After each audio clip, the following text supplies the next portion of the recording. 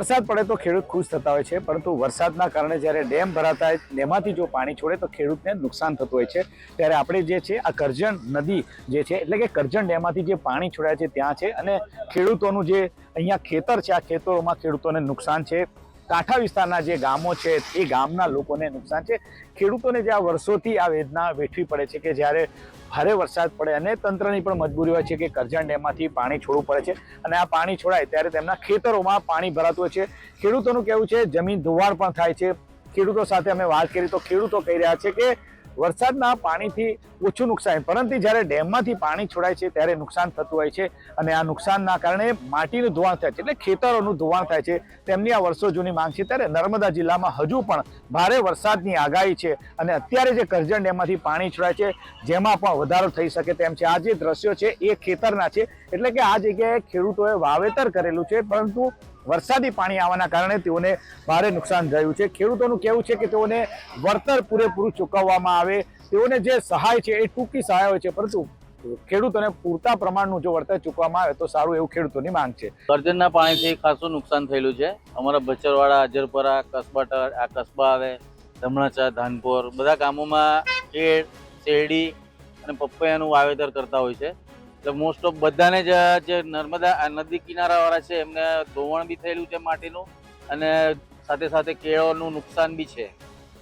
આ વખતે કેવો ભાવ હતો ને કઈ રીતનું નુકસાન? ભાવમાં આ વખતે સારામાં સારો ભાવ હતો। જે ખેડૂતો આ વખતે ખુશીનો માહોલ હતો ખેડૂતો માટે એ અત્યારે ગમમાં ફેરવાઈ ગયો છે।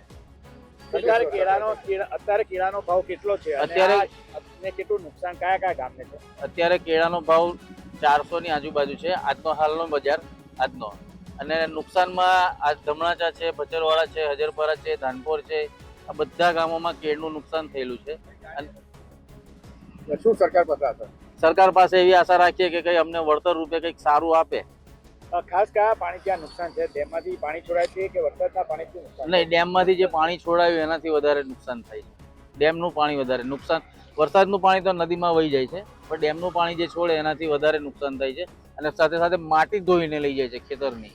વરસાદ ચાલુ થયો છે અને લગભગ 5 થી 6 ઇંચ જેટલો વરસાદ નર્મદા જિલ્લામાં ખાબક્યો છે। ત્યારે એના પરિણામે અનેક નદીઓમાં પાણી ભરપૂર આવ્યું છે અને એ પાણીને લીધે નદી કિનારાના આજુબાજુના ગામડાઓ છે, જેવી રીતના કે કરજણ નદીમાં પણ અત્યારે 53,000 ક્યુસેક જેટલું પાણી છોડવામાં આવ્યું છે। ઉપરવાસમાં જે રીતના વરસાદ વરસી રહ્યો છે એને લીધે કદાચ 80-85 હજાર ક્યુસેક જેટલું પાણી છોડવાની પણ સંભાવના છે। ત્યારે નદી કિનારાના આજુબાજુના જેટલા બી ગામો છે તે ગામના રહીશોને, ખેડૂતોને, સર્વેને કહેવામાં આવ્યું છે કે બધાએ પોતપોતાના ઘરે જ રહેવું, સુરક્ષિત રહેવું, જેથી કરીને કોઈ પણ પૂરની પરિસ્થિતિનું નિર્માણ થાય તો એ પૂરની પરિસ્થિતિમાં એમને જે કેવી રીતના રેસ્ક્યુ કરી શકાય એ બધી તમામ વ્યવસ્થાઓ જિલ્લા વહીવટીતંત્ર દ્વારા કરવામાં આવી છે। તિલકવાડા તાલુકામાં પણ અશ્વિની નદીમાં ખૂબ જ પાણી આવ્યું છે। એના લીધે લીમડિયા અને શિરા ગામની આસપાસના જે લોકો છે એ લોકોને રેસ્ક્યુ કરીને ઉપરવાસમાં લઈ લેવામાં આવ્યા છે। ત્યાંના પણ મામલતદાર કચેરી અને વહીવટીતંત્ર દ્વારા પૂરેપૂરી સૂચનાઓ આપવામાં આવી છે। ગામના લોકોની સાથે સતત સંપર્કમાં છે। એવી જ રીતના ગરડેશ્વર તાલુકામાં પણ ખડકદા ગામ પાસે જે બ્રિજ બની રહ્યો છે તો ત્યાં પણ ખૂબ પાણી આવવાને લીધે લોકોને ઉપરવાસમાં લઈ લેવામાં આવ્યા છે, જેથી કરીને એમને કોઈ આવી જાનમાનની હાનિ ન થાય કે પશુધનને કોઈ હાનિ ન થાય એની પૂરેપૂરી તકેદારી રાખવામાં આવી છે।